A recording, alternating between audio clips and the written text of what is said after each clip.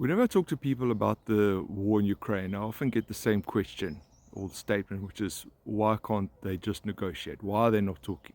And I get it. People are exhausted. The war's been going on for 4 years, almost 4 years now. The news headlines are largely the same. And it feels like surely somewhere there must be a compromise that ends this war. We're looking at over 1 million people lost, millions of people have been displaced. But I'm going to make the argument that the current situation in Ukraine and what will bring the war to an end can ultimately be summed up in one sentence, which is something that Ukraine trusts and Russia can tolerate. But to understand what this means, it's important to look at what each side actually wants out of this war.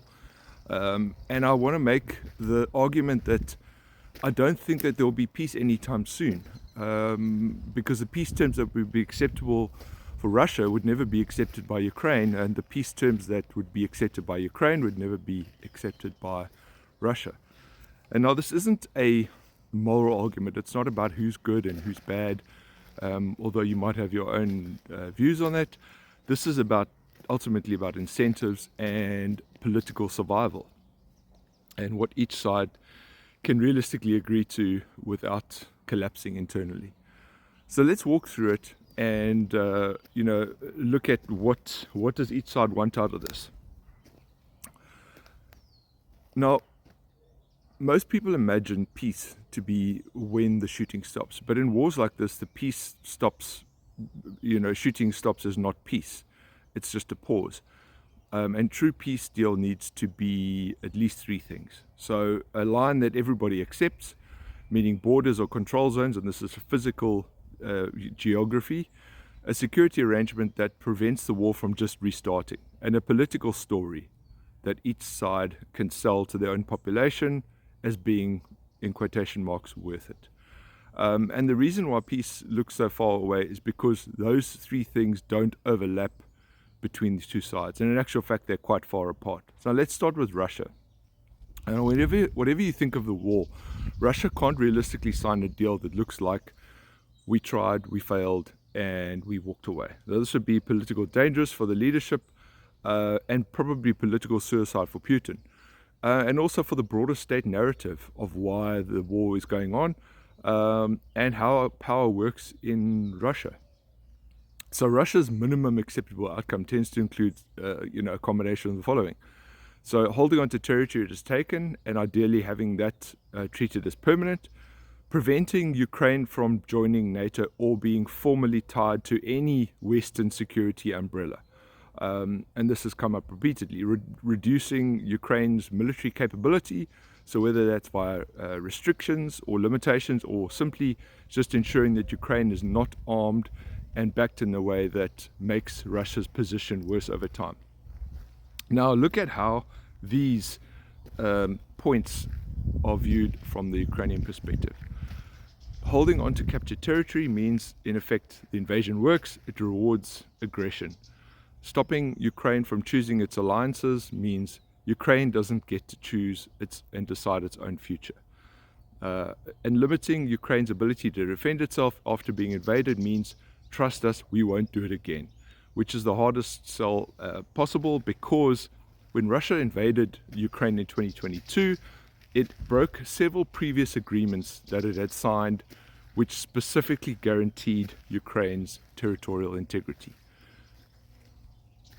So when people say Ukraine should just make a deal, the question is, what deal does Ukraine make?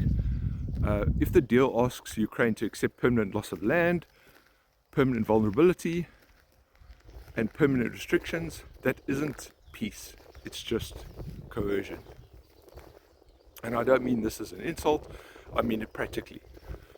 Because no Ukrainian government could accept that and remain legitimate.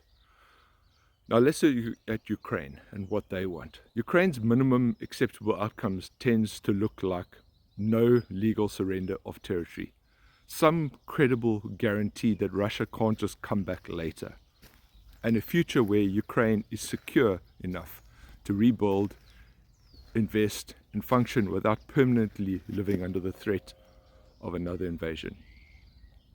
And this is kind of where it falls apart, because when you look at these points from what Russia wants and what Russia's consistently wanted since the war started, and what Ukraine needs to sell a peace deal to its population, the gap between them is so far, and it's difficult to see a scenario where they come closer together.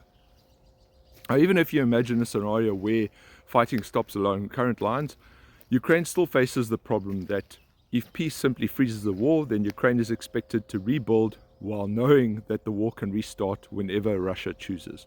And this isn't a stable peace, this is just a delayed war.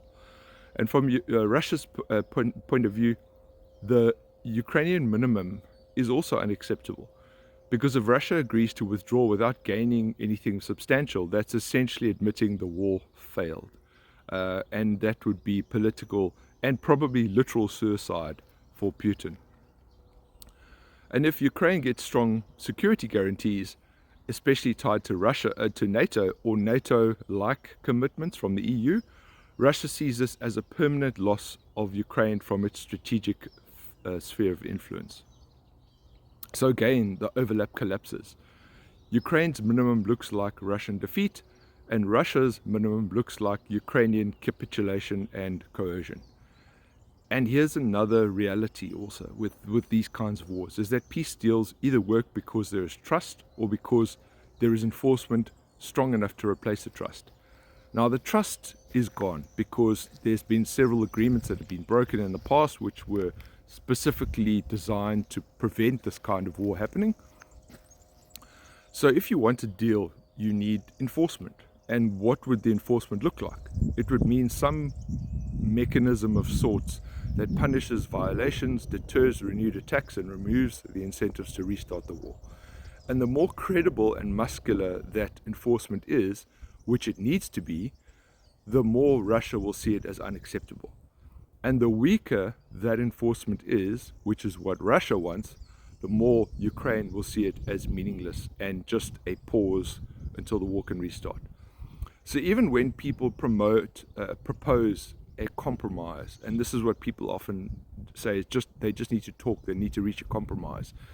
The architecture of it is where it dies, and that's why I'm skeptical that peace is close. And this isn't because nobody wants it, but because the price of peace is so very different on each side, and those prices contradict each other.